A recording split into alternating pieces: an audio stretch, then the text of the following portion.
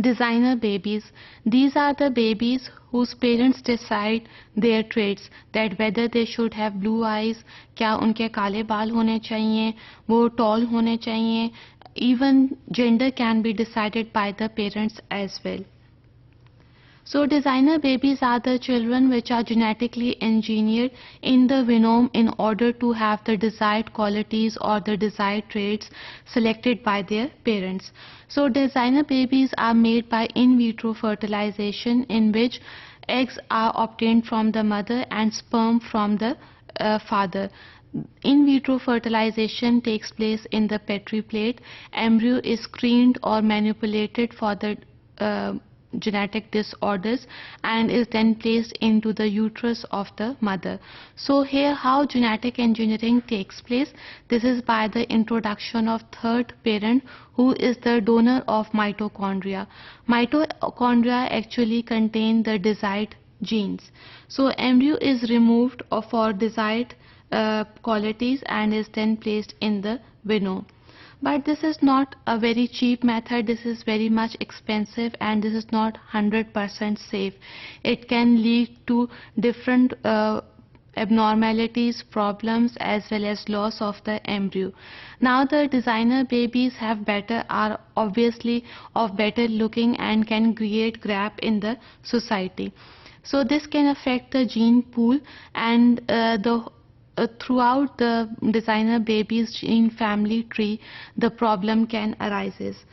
For example, if the parent has increased the genes of intelligence, then it is not necessary that genes is related to intelligence.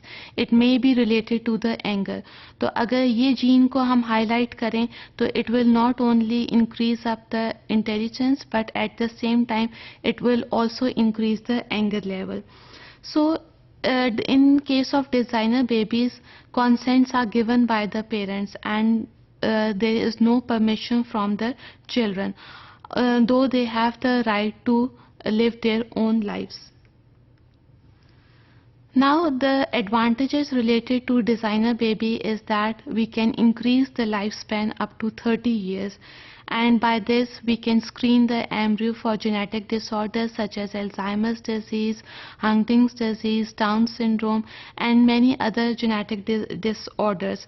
Especially if the parents are carrier of any genetic disorders, then they can choose in vitro fertilization method especially for screening the embryo and for genetic disorders, and after screening they are then placed into the parent mother womb.